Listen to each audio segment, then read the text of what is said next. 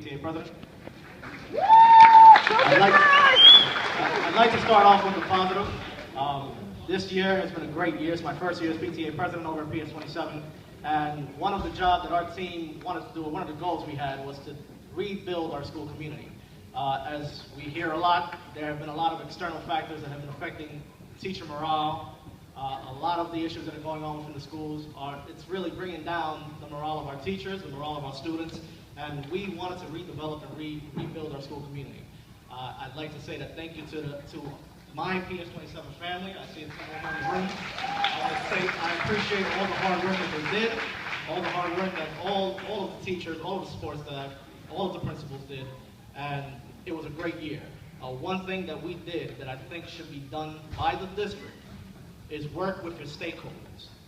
The one thing we did, the one thing we set out to was work with our stakeholders, that being our teachers, our support staff, our parents, and our students. We had various initiatives to reach out, to build the relationships, and to develop that true passion for our school community. And I'd like to say that at the end of the year, we did that. And it was not hard. It all comes down to one thing: respect. And if we see that we're not giving our teachers respect, we're not giving our students respect. You know, we just cut a young man off who wanted to come up here and give him voice. Talk about it. Along with that, there are other external issues, but before I get to that, I want to personally thank Mrs. Fletcher in kindergarten, Mrs. Riley in first grade, and Mrs. Richney in fifth grade. Those were the three teachers who taught my children this year. They did a phenomenal job. Nothing to take away from the rest of the staff, but these are the three teachers that I was there personally with, and they did a phenomenal job. I thank everybody in the 27th grade for So now, unfortunately, I have to get to the negative. For those who don't know, those here in the building, our school was affected by I call it a personal information leak, even though the district says, and they reported late last Friday on their Facebook page, no letter sent home to parents, that there was no information breach. Unfortunately, that I believe is not true. My daughter was one of the children who received a letter addressed to her, a 10-year-old girl addressed to her, a letter from a charter school with recruitment information in there, with a registration form. It was Metz Charter School up in the Heights. You know, I don't like to make a fuss. I don't like to come public and start any riots. But what I did first was I went to the school and I asked, is there a policy in place right now that allows information sharing between the charters and the public schools? Because if there is, so be it. If there isn't, we have a problem.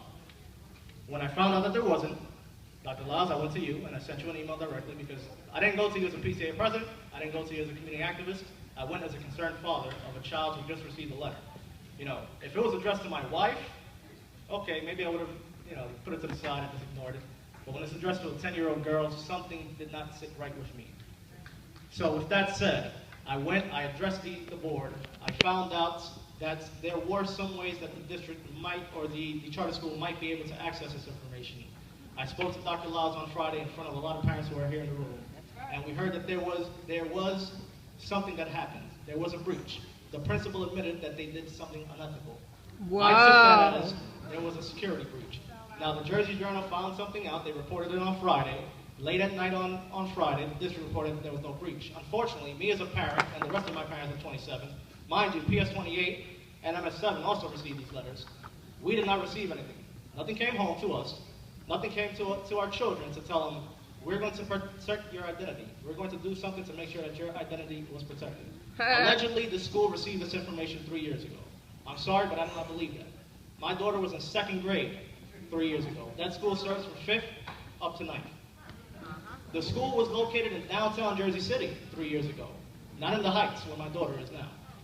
So therefore, none of the children that received the letter were in their area back then. The district created a directory back in September of 2013. So something might have happened. I'm not blaming the district. I'm not saying the district did anything wrong. But be truthful to your parents. You've lost the hope and you've lost the respect from your teachers.